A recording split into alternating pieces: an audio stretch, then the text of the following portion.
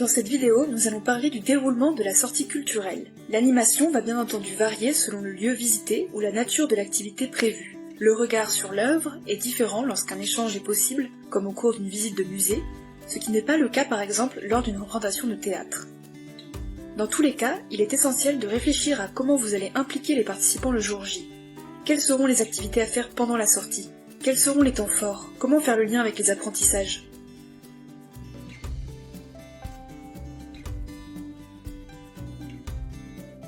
Le trajet jusqu'au lieu de sortie est déjà une occasion d'apprendre. Vous pouvez profiter du trajet pour en faire une activité ludique. Par exemple, vous pouvez constituer différentes équipes, organiser un jeu autour de l'orientation, ou encore confier des missions aux apprenants comme poser des questions préparées ou non, aux passants, aux professionnels de transport, aux agents municipaux. C'est une occasion de pratiquer la langue, de se repérer dans son environnement et de travailler la mobilité. Une fois arrivé sur place, prenez le temps d'observer l'extérieur des bâtiments. Demandez aux apprenants ce qu'ils voient, ce qu'ils ressentent et ce qu'ils en pensent.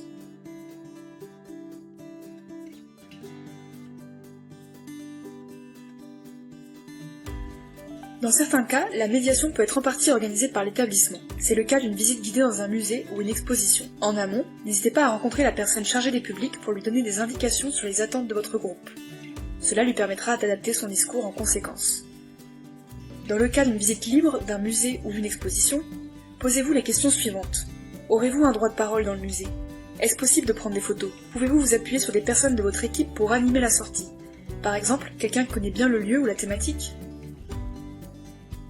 Certains musées mettent à disposition des guides d'aide à la visite, qui proposent des activités et des petits quiz. Certains livrets ont été conçus pour des publics en apprentissage du français, comme le livret « J'apprends le français au musée Tchernouski ». Vous pouvez vous en inspirer pour créer votre propre livret ou jeu de piste. Attention à ce que le support ne devienne pas un carcan non plus. Restez flexible et laissez du temps aux participants pour contempler et flâner. Pour rendre des participants actifs lors de la visite, vous pouvez organiser des animations originales. Par exemple, proposer une activité de dessin ou d'écriture autour de la visite. Cherchez des œuvres que vous aurez vues ensemble auparavant. Ou encore le jeu des yeux bandés. Formez des binômes, une des personnes du duo se bande les yeux, chaque binôme s'installe devant une œuvre et la personne qui voit l'œuvre la décrit à son partenaire. Plusieurs variantes sont possibles. Soit la personne se découvre les yeux et discute avec son partenaire de l'œuvre, soit tout le monde se rassemble, les personnes se découvrent les yeux et cherchent dans la salle l'œuvre qui lui a été décrite. Si c'est possible, demandez aux participants de prendre des photos qui pourront être utilisées au moment de la restitution de la sortie.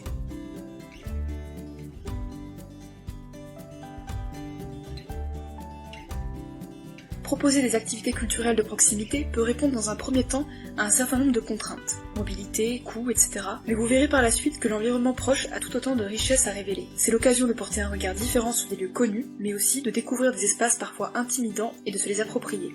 Il vous faudra en amont repérer le trajet, les lieux socioculturels, et éventuellement discuter avec les responsables des lieux pour organiser des activités sur le chemin. Préparer un parcours qui permettra de repérer les lieux du patrimoine, les lieux institutionnels publics, les commerces de proximité et les lieux de divertissement et de loisirs. Différentes activités peuvent être créées au regard des thématiques abordées. Par exemple, vous pouvez préparer des jeux de rôle et donner des missions aux apprenants. Poser des questions aux commerçants, demander des informations comme le menu du jour dans un restaurant, les horaires d'ouverture dans une bibliothèque, etc. Ces mises en situation permettent de travailler les compétences langagières tout en s'appropriant son lieu de vie.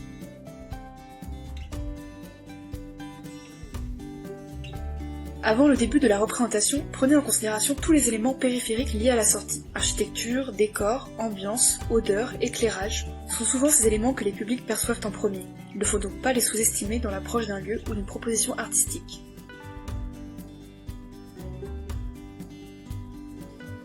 À l'issue de la sortie, certains voudront revenir. Prenez de la documentation, des flyers, et gardez un temps pour consulter les tarifs et les conditions d'accès au lieu.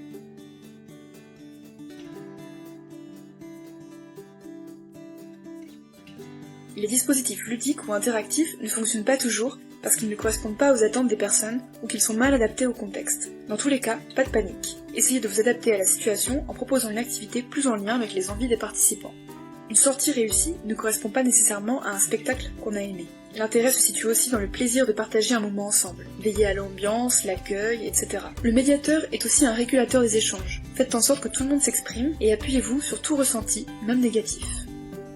Voilà prêt à animer votre sortie culturelle. Dans la prochaine vidéo, nous parlerons du moment de restitution de la sortie.